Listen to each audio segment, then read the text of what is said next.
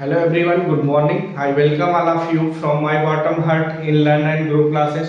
Friends, हम solve कर रहे हैं एग्जामिनेशन बेस्ड पेपर को, जिसमें हमने 2004 से लेकर के 6 तक का पेपर सॉल्व कर लिया है। अब उस क्रम में हम आगे बढ़ते हैं तो आता है 2007 का पेपर आता है 2007 का। अब इसमें भी हमें वही करने हैं जो हमने 4, 5 और 6 में किया है।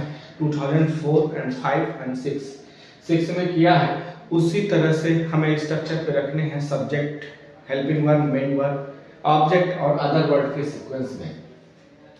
तो सबसे पहले हम देखते हैं, पहला क्वेश्चन लिखा है the hands we shook with host. Host मतलब होता है मेहमान या मेजबान, मेजबान या मेहमान, और शूक मतलब हिलाना या मिलाना, हिलाना, और भी मतलब हमें हैंड मतलब हाथ। तो ये जो क्वेश्चन होगा वो लिखेंगे सबसे पहले हम सब्जेक्ट के रूप में यहाँ वी और फिर शूक, वर्ब के रूप में shook, we shook the hand, we shook the hand with host, we shook the hand with host, हमें मेहमानों से हाथ मिलाना चाहिए। तो इस तरह से पहला क्वेश्चन जो था उसे हमने देखा, हल किया। अब अगला प्रश्न है, वो प्रश्न नंबर 2 है। लिखा है I have an hour half and for lunch। तो यहाँ सब्जेक्ट के रूप में सबसे पहले हम लिखेंगे I और फिर have। I have हमने किया है I have lunch, I have a lunch, I have a lunch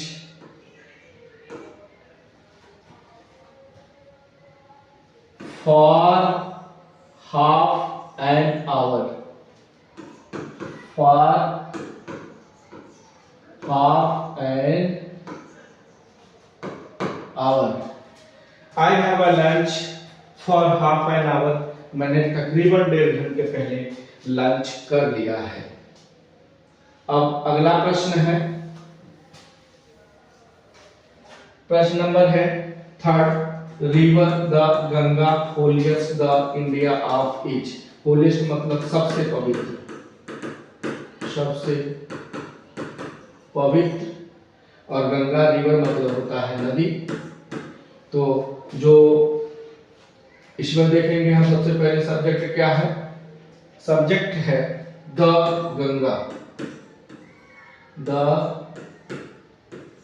Ganga is the holiest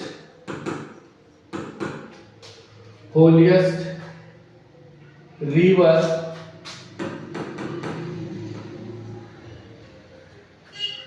the Ganga is the holiest river of India। The Ganga is the holiest river of the India। Ganga Bharat की सबसे पवित्र नदी है। अब जो question number है वो 4 number का है।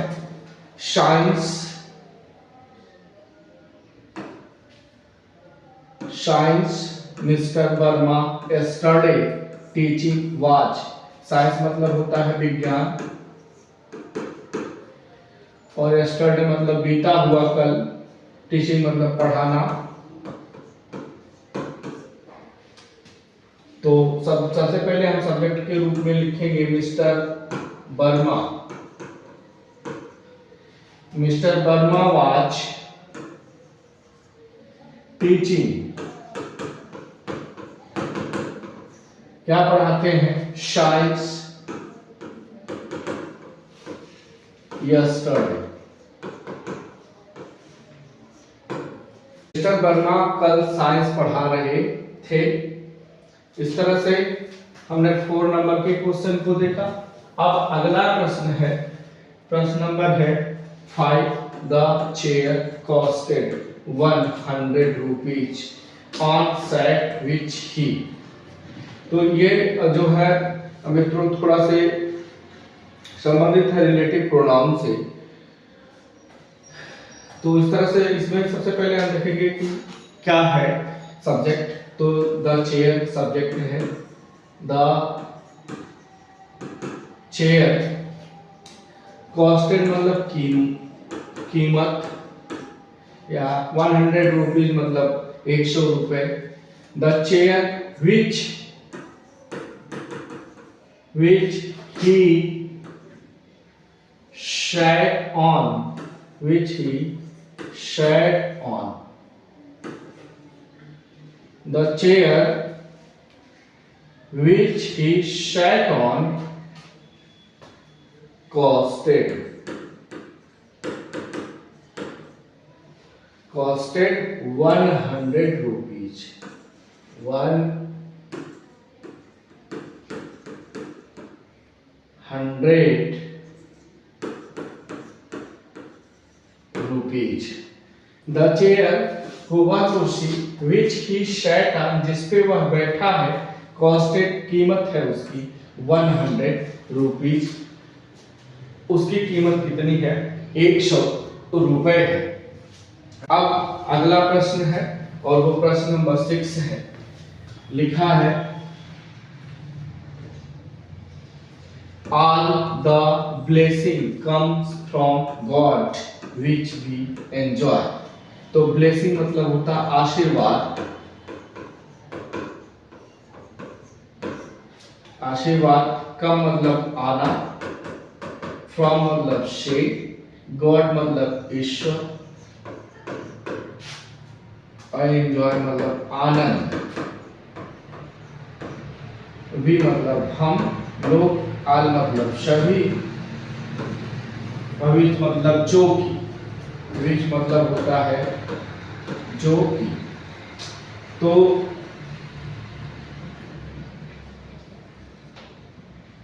इसमें सब्जेक्ट के रूप में सबसे पहले हम सब्जेक्ट के रूप में रखेंगे all the blessing, all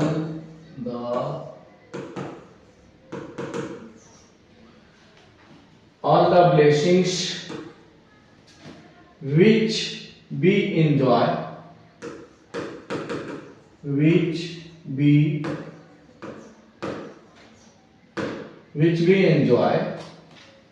come from God,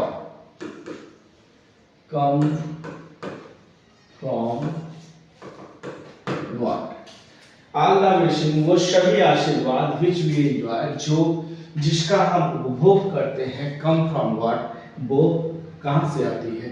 ईश्वर से मिलती है हमें। अब अगला प्रश्न है, वो प्रश्न नंबर है,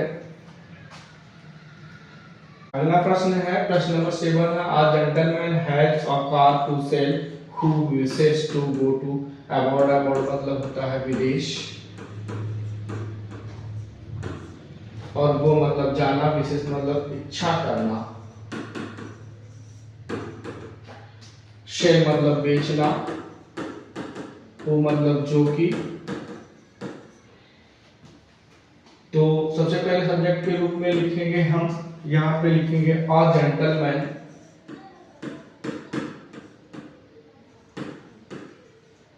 अ gentleman who wishes,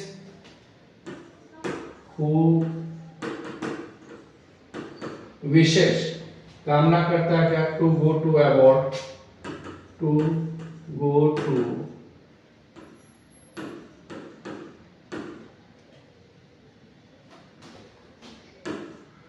अबॉर्ड, has a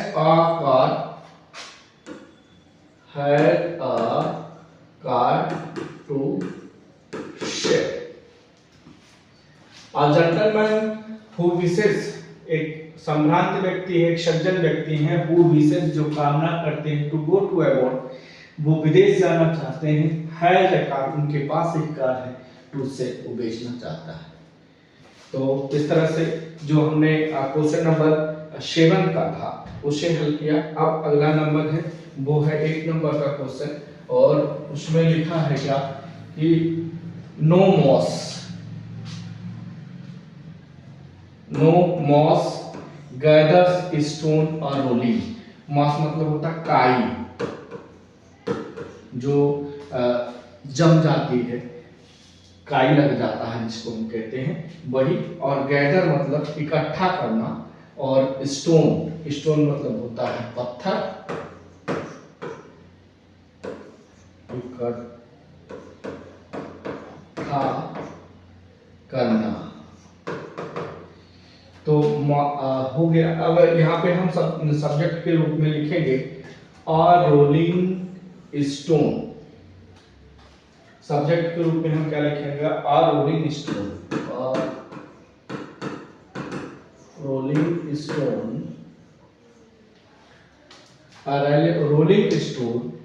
gathers no moss,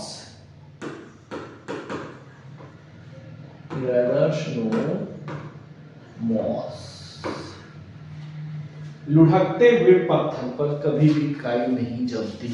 इस तरह का सेंस दे रहा है यह सेंटेंस कि जो लुढ़कता हुआ पत्थर होता है उस पर कभी भी काई नहीं जमती है।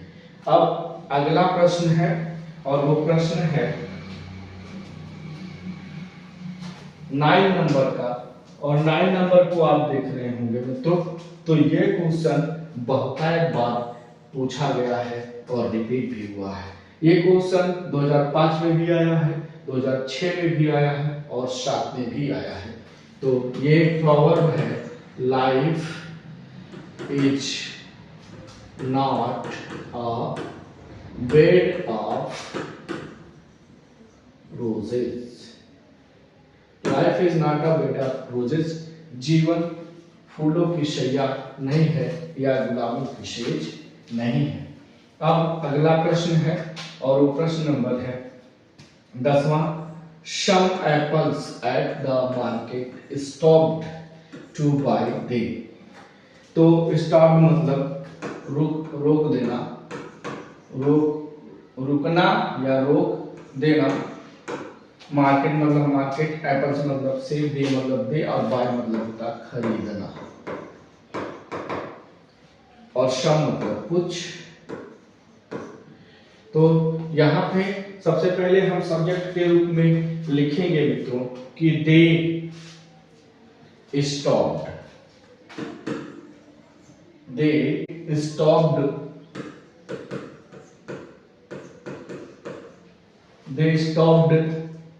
और स्टॉप्ड क्या रोक दिया है, टू बाई खरीदना क्या, सम एप्पल्स,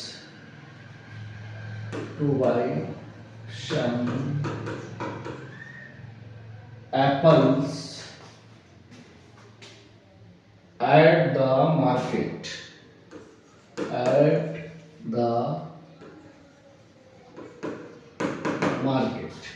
they stopped, उन्होंने रोक दिया है, to buy खरीदना, some apples at the market, बाजार से एप्पल्स को, कुछ है सेबों को खरीदारी बंद कर दी है।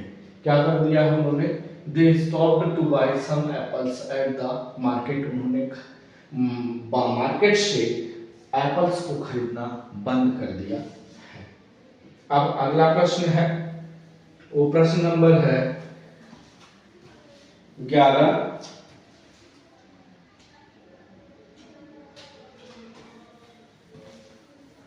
प्रश्न नंबर 11 में लिखा है कि to forgive the boys the teacher them requested।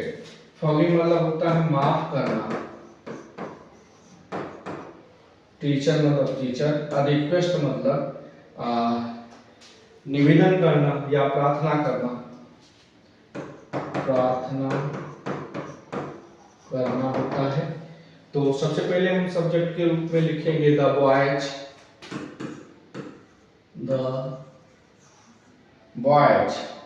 क्या किया, रिक्वेस्ट किया। द बॉय रिक्वेस्टेड, रिक्वेस्ट किए हैं किससे, the teacher, the boy requested the teacher, the boy requested the teacher, the boys requested the teacher to forgive them, to forgive them. The boys requested the teacher to forgive them. बच्चों ने प्रार्थना की शिक्षक से to forgive them कि उन्हें माफ कर दिया जाए।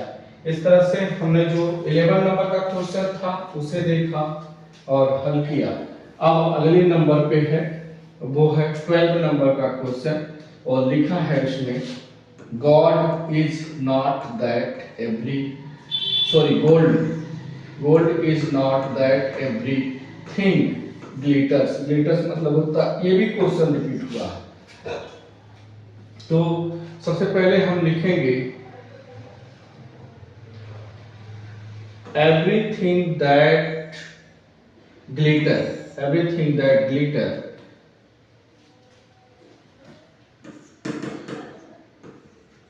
Everything that glitters is not gold, is not gold। तो इस तरह से हमने 1 से लेकर के 12 नंबर तक के क्वेश्चन को देखा और 12 नंबर जो है ये क्वेश्चन रिपीट भी हुआ है और एक बहुत प्रसिद्ध लेखक है शेक्सपियर, उनकी एक प्ले है, उसमें उसका नाम है द मर्चेंट ऑफ वेनिस। की यह फेमस लाइन है, all that glitters is not gold, उसमें एवरीथिंग की जगह पे लिखा गया है ऑल, तो all that glitters is not gold, सभी चमकने वाली वस्तु सोना नहीं होती है। तो इस तरह से हमने 1 से लेकर के 12 नंबर तक के जो 2007 में पूछे गए क्वेश्चन को देखा, समझा और मिलके सॉल्व किया। आई होप आपको ये क्वेश्चन समझ में आए होंगे और वीडियो पसंद आई होगी। अगर समझ में क्वेश्चन आए हैं तो प्लीज इसे लाइक शेयर एंड सब्सक्राइब करें, नहीं समझ में आए तो कमेंट बॉक्स में जाएं और कमेंट करें। जो क्वेश्चन आपको समझ में नहीं आया है उसे आपको समझाने की भरपूर कोशिश की जाएगी। अब अगले वीडियो में अगले प्रश्न पत्र सेट के साथ जो 2008 का है उसके साथ मिलते हैं। तब तक के लिए good boy, have a nice day.